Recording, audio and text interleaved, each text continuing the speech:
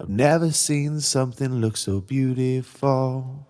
Hey guys, GMG here, and I'm doing okay. I've been making a couple decent sales. The Anthony Hotel from Wayne, Indiana, that ice bucket that I showed you guys, made a little video about it. It sold for $225. Pretty good sale for me. I might have left a little bit of money on the table had I started it up higher and left it sitting for a little while longer, but I did need some cash flow, so I was okay letting that go for the price I did. I think that I made decent profit, and the buyer got a decent deal as well. I've also sold a E.G. Webster and Son grape pattern tea set. I think there were two pieces that had the Barber name as well, but they looked very similar, almost like they were the same pattern, only manufactured by two different companies, which can and does happen a lot. These companies were getting bought out a lot, and they could easily have commissioned pieces or patterns to other companies. Anyway, that did sell. I think 5 pieces for $330 was pretty nice, and then I sold some King James silverware for $220, I think, on Etsy.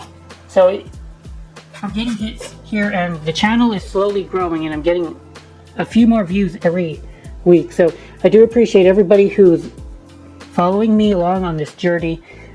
I am fully aware that the more proficient that I am at finding silver and decent finds, the more the channel will continue to grow. So it might not end up having that tiny hidden gem kind of vibe that my channel currently has in maybe like a year or 2 years. If I keep at this and I know what the hell I'm doing, maybe the channel will grow to a couple thousand subscribers. But everybody who's with me still, I appreciate the hell out of you.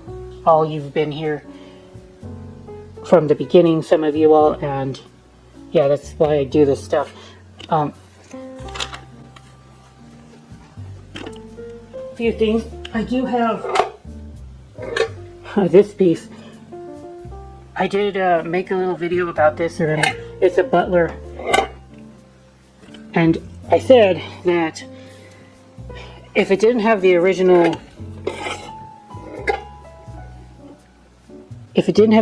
brush, then I would have tossed it.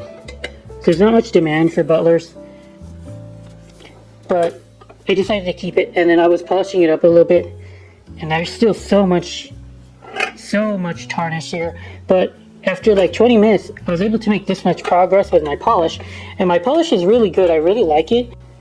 This one's made by the Sheffield Silver Company, and it doesn't, it has a lot of power and to get rid of that polish. It also seems to have a couple really good qualities I really enjoy. Like, it doesn't leave solid icky residue that I've seen from Wrights, and it seems to also be a little bit safer to use on silver. So when I use it, I don't really see much in the way of any abrasion. Like, it's not really damaging the silver. So if you guys do wish to find a product to use for polishing silver and silverware, I cannot stress enough that Haggerty's is an amazing brand. I'm telling you that as somebody who's used a couple already, and I don't use anything else anymore. I used to use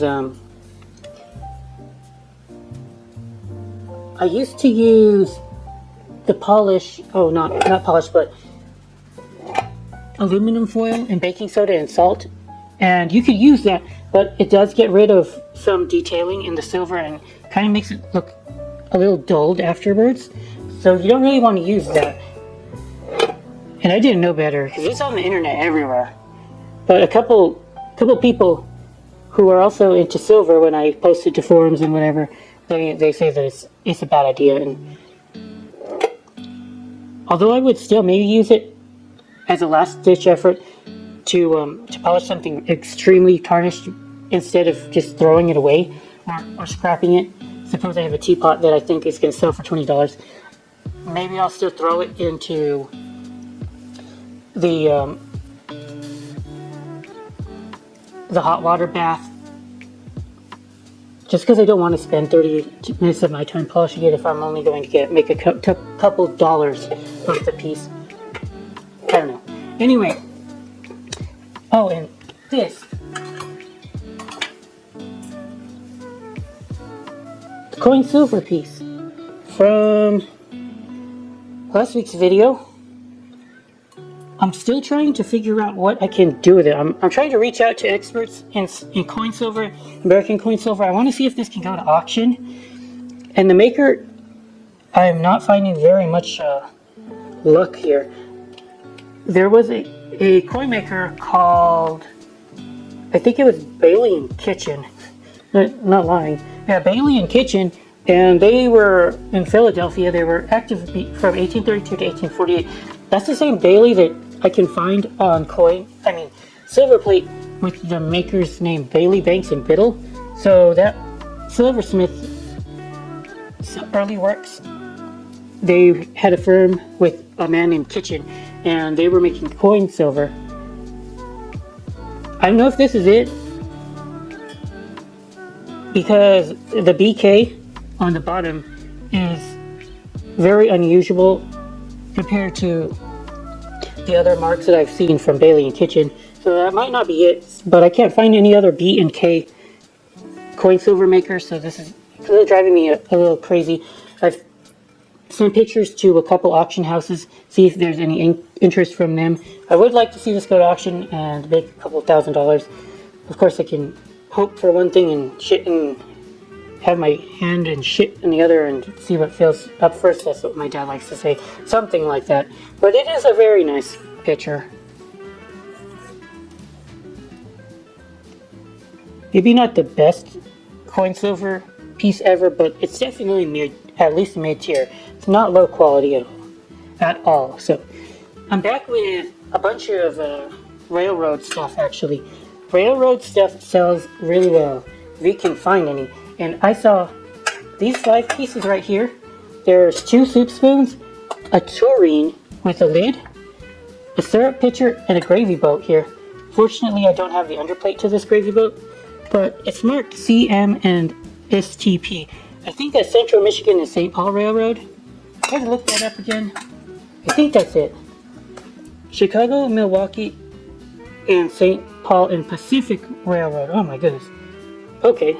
That's quite a mouthful, but all of these pieces are marked for them, and I got that off of eBay.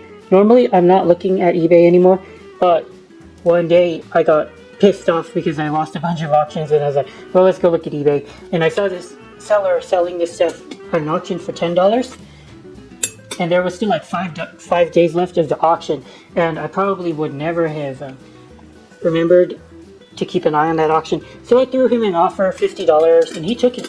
So I got these 5 pieces for $75 total. Shipping fees, eBay, etc. Added 50% to the price of the auction item, but that's okay, because I think that railroad pieces, there's still a strong market for that. And so a soup tureen by an actual railroad like this one could go for $100 at least, maybe more. The soup spoons probably 20 to 30 a piece, so we're up to 140 here.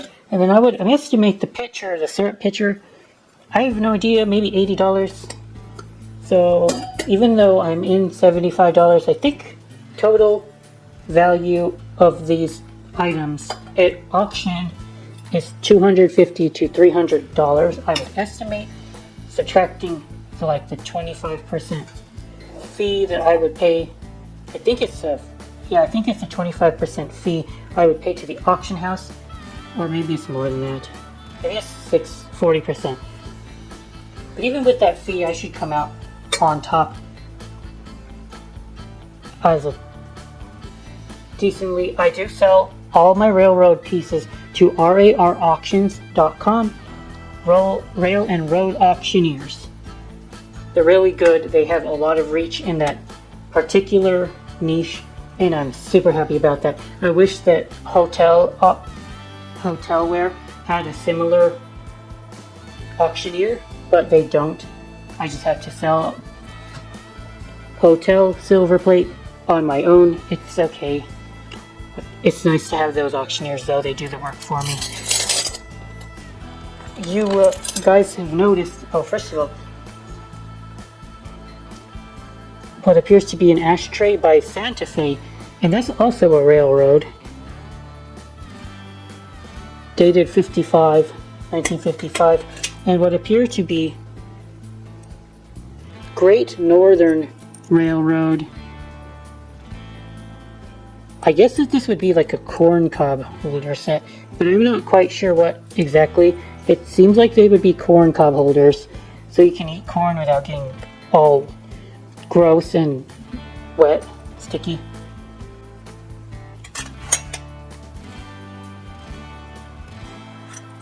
Again, because they are railroad, they're worth quite a bit more than you would think. We've got this token, the Baltimore and Ohio Railroad Company, 100 years in service token, issued in 1927. This brass token seems to be going for, I don't know, $80, $100. There's like two different styles of token, and the small one is the rarer one. So I don't know if the bigger one is worth as much. Probably not.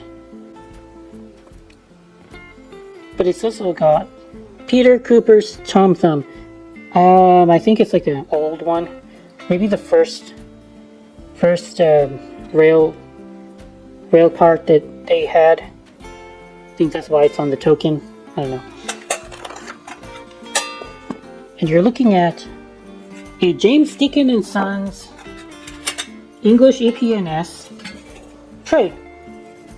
And we can see James Deacon & Sons with the, what looks like a marking of a lamp. Why they chose a lamp, who knows, but that's what they did. And as far as collectability, James Deacon & Sons is quite collectible as far as English makers go. Of course, my number one love of English maker silver plate is Ellis Barker, but James Deacon & Sons also punches above its weight. I would estimate this to be at least $30, maybe a little bit more than that. It's rather plain looking, but because of the maker, it does have command a premium that a lot of trays are not going to. Now that we've gotten that out of the way,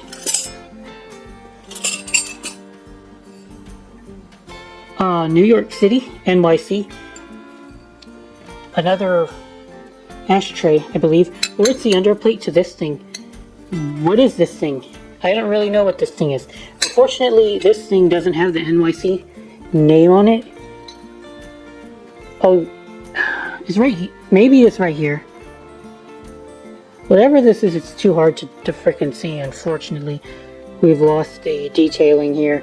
Maybe somebody can figure it out, but it looks like a T there, so I don't think it's the New York City rail line.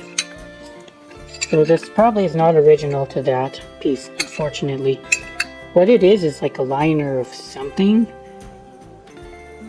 No idea. Could like an espresso cup go here? Like an espresso cup holder? I have no idea. So you guys are looking at the silverware. Well, all of this,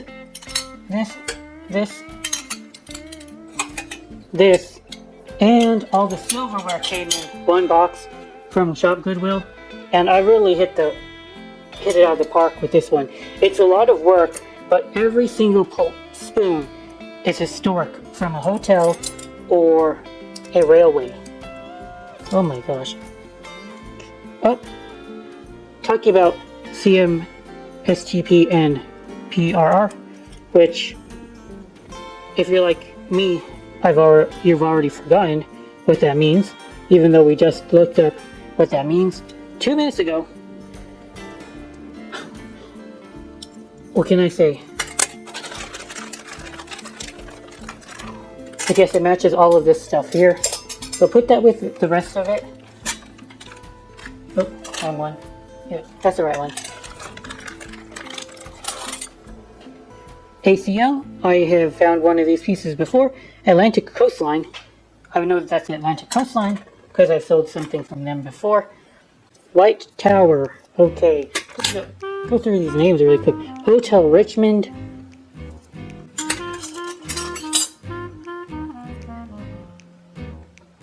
Luckenbach line? Luckenbach line. Take a quick look at what the Luckenbach line is. A steamship company. Okay, a steamship company. Well, that's pretty freaking cool. White Castle System. I have no idea what the White Castle System is. All of these match, and they say Fred Harvey, and I'm fairly certain that Fred Harvey was a hotel chain. One of the earlier hotel chains. Cool that they all match. Hotel John Marshall. Each of these pieces, I would estimate, would retail for at least $10 to the right buyer. And again, also says Hotel Richmond. Again, it is a waiting game with plate. UPRRO, Union Pacific? Union Pacific Railroad, that's right. It is a waiting game for plate. I'll be waiting a while for the hotel pieces to sell. I'll be waiting a couple of months. Eastern Steamship Lines, and all of these are soup spoons. So, I do feel kind of... Ooh, N&W. I don't know what that marking is, N&W. I feel kind of guilty that whoever had this collection did not have anybody to pass it off to. Somebody had a collection like this. This would have taken a lot of time and effort and energy to amass, especially before the invention of eBay and Etsy. You weren't able to just look online and buy yourself a piece of actual railroad memorabilia, right? You couldn't do an online auction that's being broadcasted in New York from El Paso, living in El Paso, and have it shipped to you. So your opportunity to find and amass items like this would have been much, much less often. So this collector would have been able to add pieces here and there throughout their travels, throughout their lifetime, bits and pieces, and I got the whole darn collection for like $30 frickin'. It's almost ludicrous, really. The Greenbrier.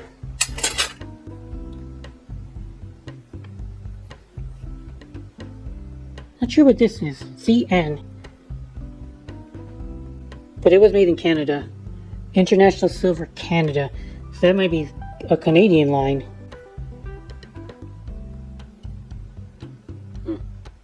Might be a Canadian line. Daylight. Herons. I have a couple pieces that say herons on it. Not sure what that's supposed to be. More Richmond hotels. Ooh, this one's a Benjamin Franklin. I do remember showing you guys a tilting teapot from the Benjamin Franklin, and it did have condition issues and it didn't have the stand, so it's still sitting around. I know that it's valuable, but it's not selling for the price I'm asking for, so I'm probably gonna have to bring the price down a little bit. Southern Railway. Ooh, Southern Railway. More Richmond hotels. Whoever had this, who really found a lot of Richmond hotels. GBL? I don't know what GBL stands for though. More of this CN name. Try to find out what that CN stands for. Ooh, Hotel Tremor. And EW? Not sure what that is either. Yep, Canadian National Railway. Okay, so some of this is Canadian National Railway. Quite a few of the pieces actually are Canadian National Railway.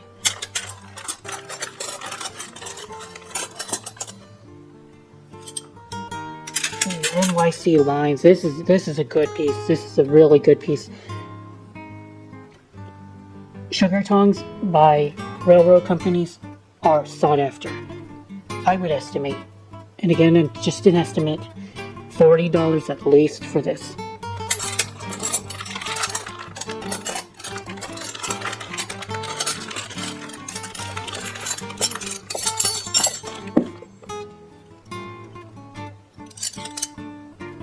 More Canadian National Railway.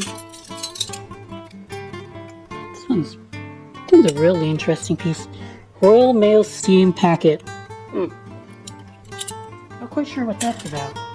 Canadian Pacific Airlines. Nice note. I'm getting into airlines. Hotel Joe Marshall? Hard to read out that one, but I think it says Hotel Joe Marshall. World. Whatever World is. It's an odd one. Is that another airline? NYC, hopefully that's New York City Railway. That's what I think it, anyway. Braniff is airlines, I think.